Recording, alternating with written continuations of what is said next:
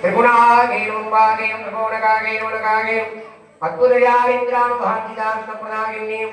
अप्यासाधेज्ञातां दृढत्वादिरूपिणीं अप्यादिकरुणामूर्तकेन ज्ञानत्वं देविका महाभारतपूजां सर्वानुलिङ्गसाधनां श्रीचक्राजलयां श्रीभद्रपरसुन्दरीं श्रीशिवागेयं शिवशक्तिरूपिणीं श्रीललिताम्बिकागेयं महाव दुर्गारण्यी सरस्वतीरूपिणीं प्रियनायकी अम्बिकागेय नमो नमः